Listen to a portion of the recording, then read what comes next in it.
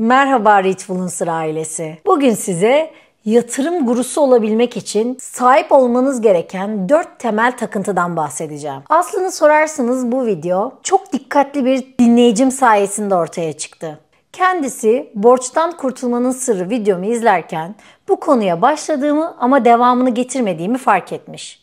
Öncelikle kendisine videolarımı dakikası dakikasına bu kadar dikkatli şekilde takip ettiği için çok teşekkür ediyorum ve geçiyorum konumuza. Yatırım gurusu olmak ne demek sizce? Sadece yatırımda başarı mıdır? Yoksa aynı zamanda bu başarıyı sürdürülebilir bir kazanç haline getirebilmek midir? Az sonra videomuzda bunun cevaplarını tek tek alacaksınız. Bunu size sadece önerilerle de değil, adım adım neden bu kurallara takıntılı olmanız gerektiğini anlatarak yapacağım. Ama öncesinde lütfen videomu beğenmeyi, paylaşmayı ve abone olmayı unutmayın. Warren Buffett'ın önemli bir sözüyle başlayalım. Eğer siz uyurken de para kazanmanın bir yolunu bulamazsanız ölene kadar çalışırsınız diyor. Bu 4 takıntıyı ele almamızın temel sebebi de bu aslında.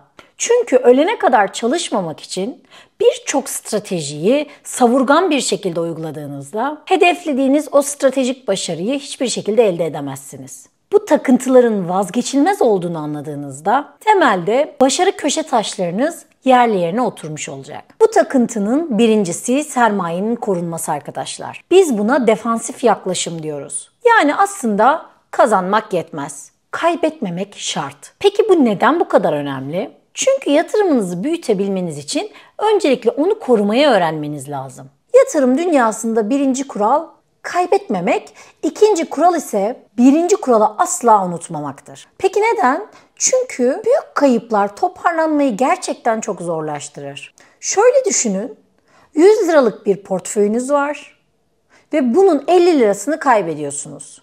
Sadece başladığınız noktaya geri dönmek için %100 bir kazanç sağlamanız gerekir. Ve bu da her zaman mümkün değildir. John Templeton bir keresinde şöyle dedi. Başarı neyin işe yaradığını bulmak ve bunu tekrar tekrar yapmaktan gelir.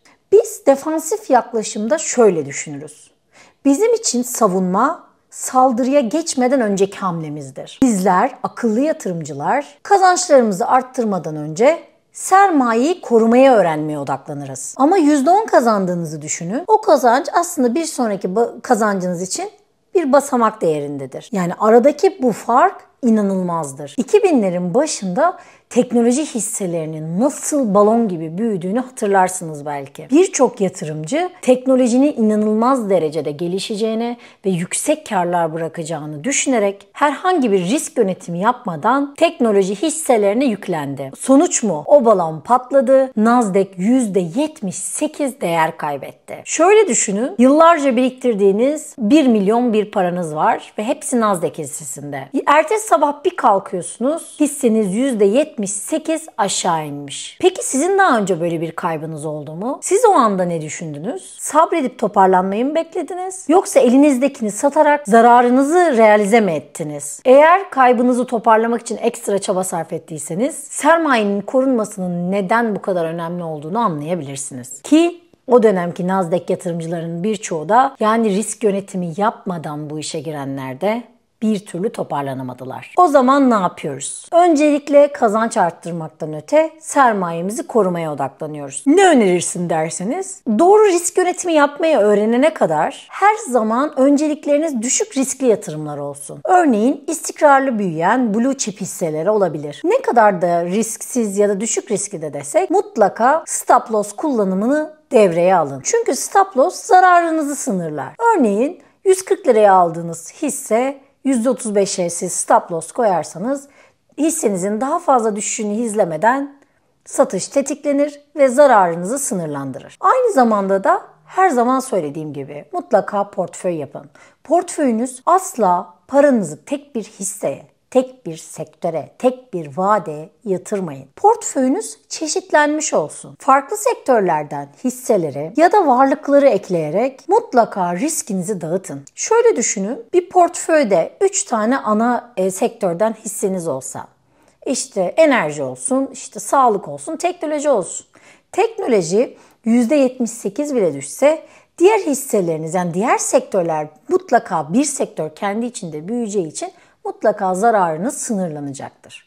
O yüzden de portföy çeşitlendirmesi yapmak risk yönetiminin en önemli unsurlarından biridir. Bunu aynı şuna benzetiyorum. Sermayeyi korumak aslında geminin su almasını engellemektir. Çünkü eğer geminiz su alırsa gittiğiniz hızın hiçbir önemi kalmayacaktır. Bir diğer örnekle sermayeyi korumak aslında savaştaki en değerli askerlerinizi hayatta tutmaya çalışmak gibidir. Çünkü o askerleri kaybederseniz zafer hayal olur. Şimdi gelelim İkinci önemli takıntıya. İçerisinde sabır, bileşik kazanç ve gerçek zenginlik olan ne olabilir? Tabii ki uzun vadeli düşünme. Peki uzun vadeli düşünmek neden bu kadar önemli? Ya da tam tersini konuşalım.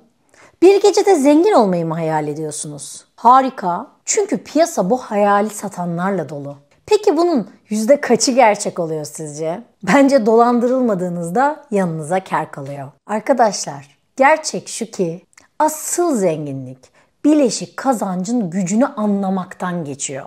10 yıl içerisinde elinizdeki yatırımların ne kadar büyüyeceğini hayal etmek, 10 yıl içerisinde yatırımlarınızın ne kadar büyüdüğünü fark ettiğinizde aslında sabrın ne kadar ödüllendirici olduğunu kendiniz anlıyorsunuz. Lütfen bileşik faiz videolarımı baştan sona tekrar izleyin. Zamanın sizi ve sabrınızın ne kadar ödüllendirdiğini göreceksiniz.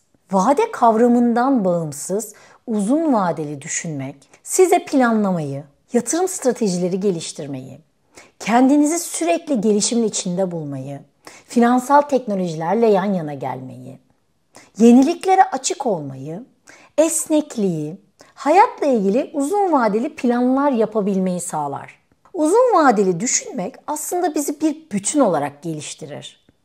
Bir bütün olarak yeni ihtiyaçlar önümüze serer. Anlık kazanç gibi anlık haz dürtülerinin üzerinde aslında önümüze gelen en büyük fırsatları kaçırmaz. Sabır, sükunet, birikim ve bilgiyle hem bilgisel hem maddi anlamda yatırımımızı kat be kat arttırır.